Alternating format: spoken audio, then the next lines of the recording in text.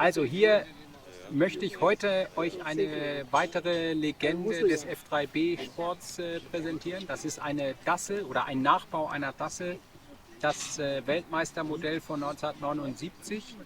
Fridolin Fritz hat das entwickelt 1975 und hat mit den Sita-Brüdern und dem AME-Team auch zu Beginn der F3B-Klasse mit diesem Flugzeug neue Maßstäbe gesetzt. Und ich würde sagen, es ist die Mutter aller heutigen F3B-Flugzeuge. Es war eins der ersten erfolgreichen Modelle, die in Formen gebaut waren, Tragflächen in Stahlformen, die gestoßen wurden, Rumpfformen, alle Bauteile, die man heute noch findet von Original-Dasseln, weisen einen enorm guten Qualitätszustand auf. Der Flügel war damals mit einem Epler 193 hergestellt, das haben wir hier auch gemacht. Der Flügel war mit einem Vollkern gebaut, das heißt, außen lag eine Lage Glasgewebe drin, oft nicht lackiert, sondern mit eingefärbtem Harz hergestellt, ganz in Glas, ohne Holm. Das heißt, diese frühen Dasseln, die originalen Dasseln, haben sich im Start mächtig gebogen, man sieht, man hat nur Querruder.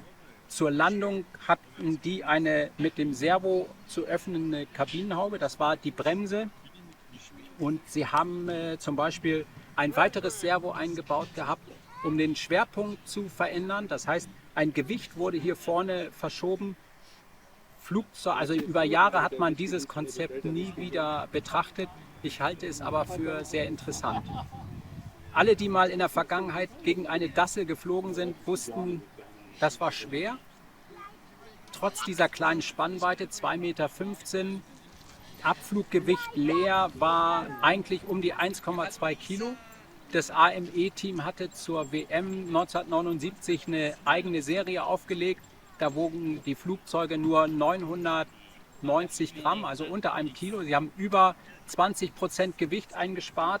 Und man kann sich vorstellen, dieses Flugzeug wiegt jetzt 1100 Gramm, in Kohlefaser gebaut. Und ich hatte Mühe, ein niedriges Gewicht, also auch wieder auf diese 1000 Gramm zu kommen, mit Kohlefaser, mit modernen Werkstoffen. Und sie haben damals einfach einen Meilenstein gesetzt.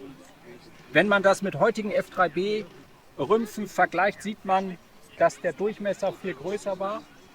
Da waren viel größere Servos notwendig oder es gab nur sehr große Servos. Deswegen ist der Durchmesser so groß. Alle Servos waren im Rumpf, das heißt, sie haben über eine Torsionsanlenkung innenliegend die Querruder angelenkt und somit war auch hier das Gewicht sehr zentriert. Die Tragflächen waren sehr leicht und Dieter Pfefferkorn hat in Italien das erste Mal eine Dassel gesehen in den Händen dieses legendären Teams und sie hatten wohl irgendwas am Sender verpult und ich meine, die Querruder waren verkehrt rum eingehängt und er hat gesehen, wie die gestartet sind und die Piloten waren so gut geschult, die haben es gemerkt und das Flugzeug ist nicht eingeschlagen, sondern der hat den Flieger auf den Rücken gedreht und hat dann noch ein Thermikbad ausgekurbelt, bevor er diesen Fehler ausgeglichen hatte. Also sehr spektakulär. Ich würde es, glaube ich, nicht hinbekommen. Was ist noch zu sagen? Leitwerksprofil Göttingen 444. Das Profil ist, also dieses Epler 193 Profil hat eine relativ hohe Wölbung.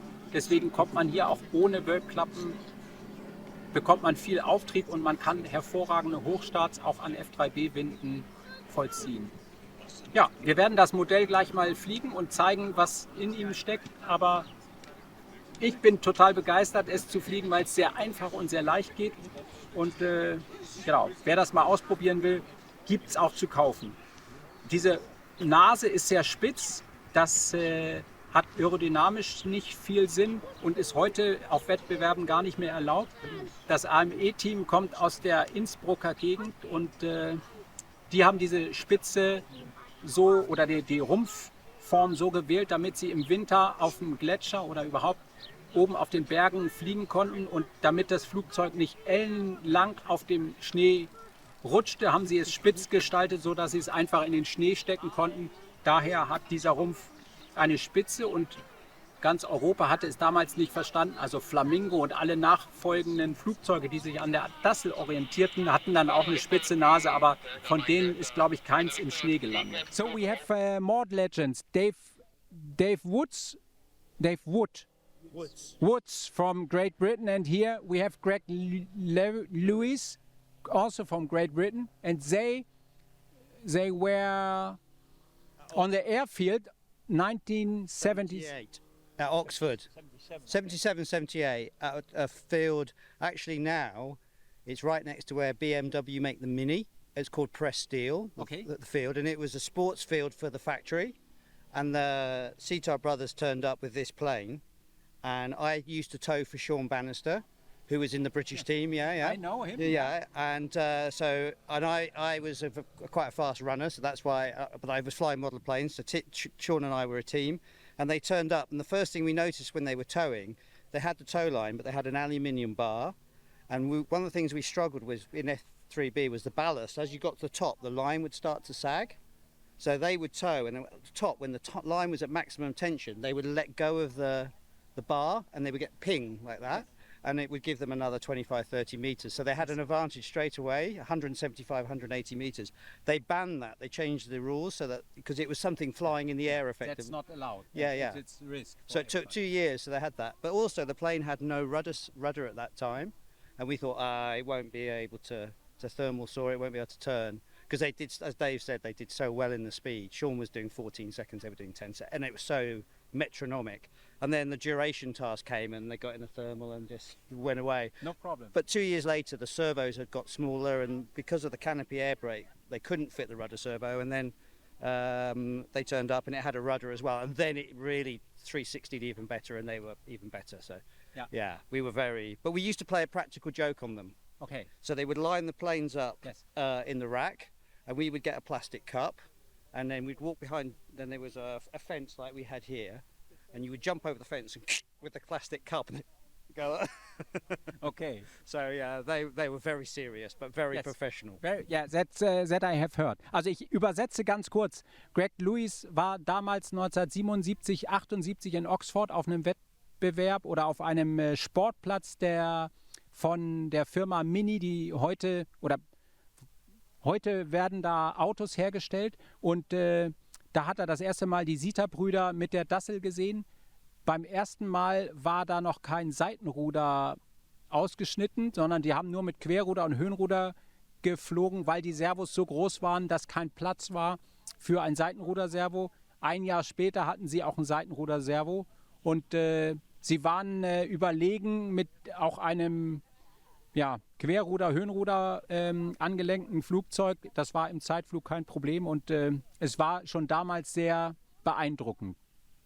So, and you are still in the mood to run with the Dassel? Try. I am 59, and I was 14 when I was towing for Sean, so it's a few years. But we'll give it. I'm a bit heavier, so I'll have more strength. Very good. Give it a go. Yeah, very happy to give it a go.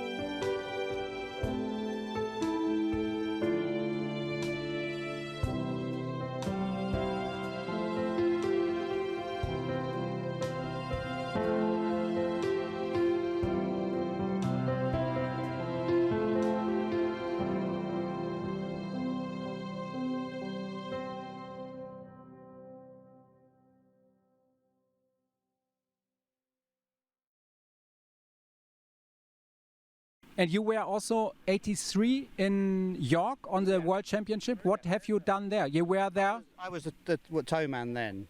I didn't get in the team then. I was a little older before I got in the team. So you run also for Stuart Blanchard and Dave Worrell? Yeah, yes, correct. Yeah, yeah. Or do you have winches already? Winches came, and then of course we were dogging, so you're bringing the line back. And again, if you're a fast runner, that's really, really helpful to get the line back. So yeah. But winches were just coming in York, because I went with Sean to Belgium to the World Championships. That was before York. Okay. And we were all towing, and the South Africans turned up with a winch. And it was so powerful, so powerful. Too powerful for some models. Yeah, and so people were towing, and then we had a practice flying, and they were saying, "Oh, come and try the winch." And 1 or 2 models got broken. I had a slope aerobatic model, a Chris Foss Phase 5, and I'd never used a winch before. So I held it, and the guy from South Africa went like that, and I just held it, let go, and it went and flat along the line. I was worried to pull up because the wings, and this was a glassed wing plane, and it went up, and it went up about 250 meters, and it was like up there, and they're all going, "That's the future of F3B." Yeah, so that was, I'm trying to think, that would have been 1970, just before York, so it'd have been 81. Okay. Yeah. Well, I was very, when I read the history in 83 and 85, Great Britain was very offensive and has helped with their designs also to push the development of the models, I think. Yeah. Well, Sean Bannister was the first UK pilot. He went to 5 World Championships and got on the podium, I think at least 3 times. And in America he should have won, but of course the Americans won. Because they protested the last flight, and Darryl Perkins got 1,000 and Sean got 1,000, but it meant Darryl won. But then we had some really strong pilots, Stuart and Dave Worrell and things, and then Nick Wright, of course. So, but so we were, but never as potent, as powerful as the Germans.